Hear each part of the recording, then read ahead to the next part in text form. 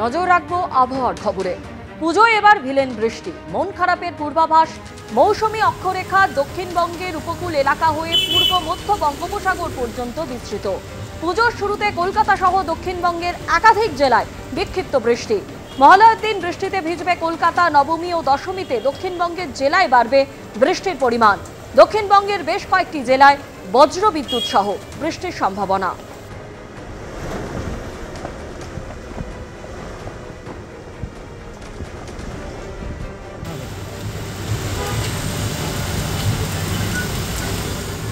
তারিখে মহালয়ার দিনে দক্ষিণবঙ্গের সমস্ত জেলাতেই কেবলমাত্র হালকা থেকে মাঝারি বৃষ্টিপাত, বজ্রবিদ্যুৎ সহায়ের সম্ভাবনা থাকবে এবং রৌদ্রোজ্জ্বল আবহাওয়ার সঙ্গে সঙ্গে যখন বৃষ্টিপাত হবে বা হবে সেই সময় সাধারণত মেঘলা আকাশ থাকবে। দক্ষিণবঙ্গের 26 থেকে 29 যে পিরিয়ডে বলা হচ্ছে, এই সময়ে আমাদের একটা বিশ্লেষণে যেটা উঠে আসছে তাতে 25 থেকে এই পিরিয়ডের 25-26-এর মধ্যে অ্যারাউন্ড 25-এর মধ্যে একটা নিম্নচাপ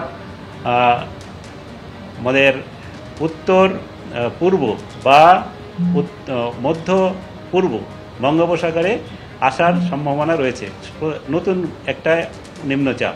এবং এর প্রভাবে যেটা আপনারা হয়তো আমাদের গতকালকের যেটা আউটলুক দেওয়া হয় যে পরবর্তীতে কেমন হতে পারে একটা আউটলুক দেওয়া হয়, তাতে বলা হয়েছে এটা আমাদের গভীর নিম্নচাপে পরিণত হতে পারে পরের দিকে। তো 30 থেকে 2 এই সময়ে বৃষ্টিপাত শেষের দিকে বাড়ার সম্ভাবনা থাকবে এবং উত্তরবঙ্গেও শেষের দিকে 1-2 জায়গায় ভারী বৃষ্টিপাত হয়ে যেতে পারে। শিক্ষা দুর্নীতি মামলায় সাক্ষ্য দিলেন প্রাক্তন এসএসসি চেয়ারম্যান। প্রথম সাক্ষী হিসাবে আদালতে প্রাক্তন এসএসসি চেয়ারম্যান চিত্তরঞ্জন মণ্ডল। শিক্ষা দুর্নীতি তদন্তে সিবিআই মামলার বিচার প্রক্রিয়া শুরু। নবম, দশম, একাদশ, দ্বাদশ ও গ্রুপ সি মামলার একসঙ্গে চলছে বিচার প্রক্রিয়া। 2011 সালের আগে তৃণমূলের শিক্ষা সেলের সভাপতি ছিলাম। 2011 সালে মুখ্যমন্ত্রী বলেছিলেন বলেই এসএসসি চেয়ারম্যান হয়েছিলাম। আদালতে জবানবন্দি এসএসসির প্রাক্তন চেয়ারম্যান চিত্তরঞ্জন মণ্ডলের। 2 বছর 6 মাস কাজ করেছি, প্রচন্ডভাবে চাপ সৃষ্টি করা হয়, বেআইনিভাবে চাকরি দিতে বলা হয়। মুকুল রায় ও পার্থ চট্টোপাধ্যায় প্রচন্ড চাপ সৃষ্টি করেছিলেন, নিজের বাড়িতে ডেকে চাপ সৃষ্টি করেছিলেন পার্থ চট্টোপাধ্যায়। মানতে পারিনি, তাই মেয়াদ শেষ হবার আগেই পদ ছেড়ে দিয়েছিলাম। পার্থ চট্টোপাধ্যায়ের আইনজীবীর প্রশ্নের উত্তরে দাবি চিত্তরঞ্জন মণ্ডলের।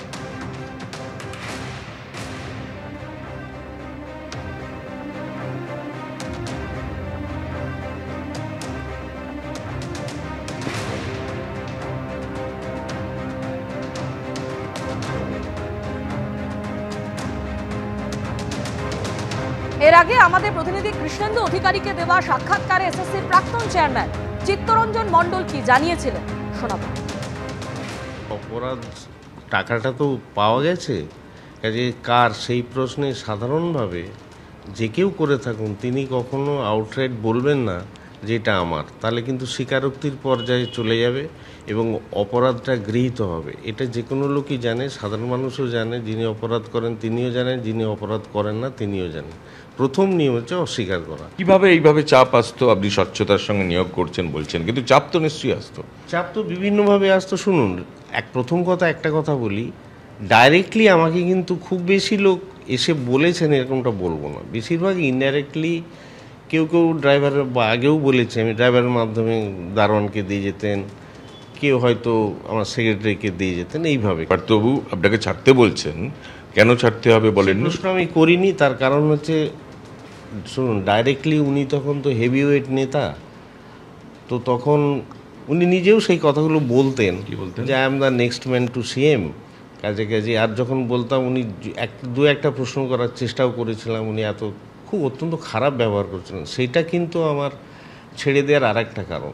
এত টাকা, 50 কোটি টাকা এখানে উদ্ধার হচ্ছে, ওখানে উদ্ধার হচ্ছে, এত গয়না পার্থ চট্টোপাধ্যায়ের নাম জড়াচ্ছে, যদিও তিনি প্রকাশ্যে অস্বীকার করছেন। এই এত টাকা কিভাবে এসছে? শুনুন, এটা আপনারা বলছেন এত টাকা কিন্তু নয়, ওইটা খুবই সামান্যই বলতে হবে। কারণ শুনুন, আপনাকে বলি, আপনি যদি 35,000 রিক্রুট করেন, তার ধরুন কিছু অংশ যদি মনে করেন যে আমি অন্যভাবে করে 20,000 বিক্রি করবেন, এখন এইগুলো তো ধরুন আমি এটা অন্যভাবে নেব, মেধা ছাড়া নেব, এটা যদি ভেবে থাকে, এবার ধরুন আমি সহজভাবে বলছি, বাজার থেকে 10 লাখ টাকা হলে বিভিন্ন ধাপে ধাপে তো আসে, কাজে সেটা বাজারে 10 লাখ হলে হয়তো টেবিলে পৌঁছায় 6 লাখ। 2022 সালে অগস্ট মাসে এসএসসি প্রাক্তন চেয়ারম্যান আমাদের প্রতিনিধিকে কি বলেছিলেন শোনালাম। আর আজ শিক্ষা দুর্নীতি মামলায় সাক্ষ্য দিয়েছেন প্রাক্তন এসএসসি চেয়ারম্যান।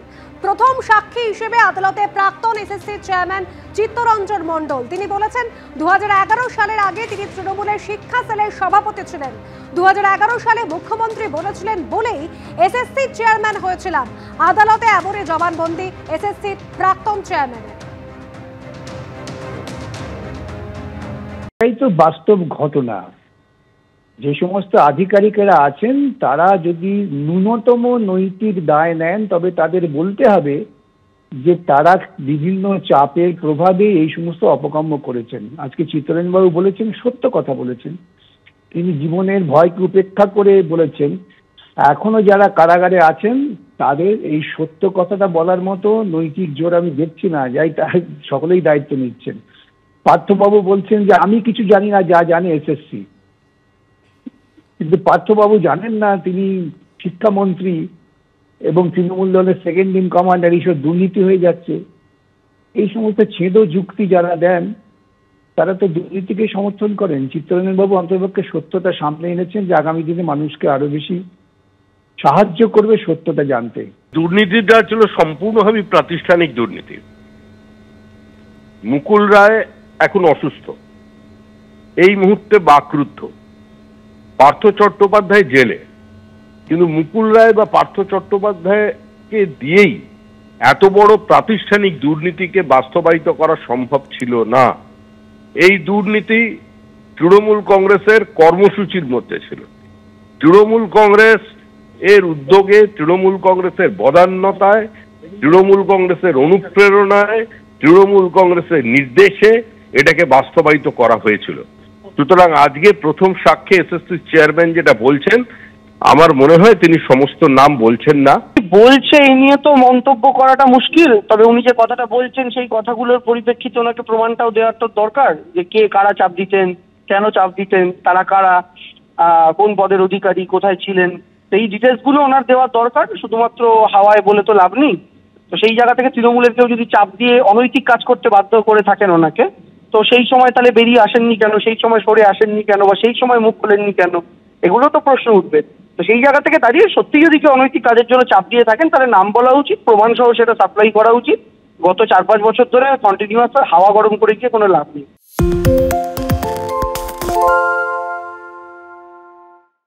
আরে চাটা দে ভাই, আমার একটা চা দেন। কি হলো আমারটা? বাংলা পক্ষপাত চায় না, বাংলা খবর চায়। বাংলা খবর, বাংলার খবর।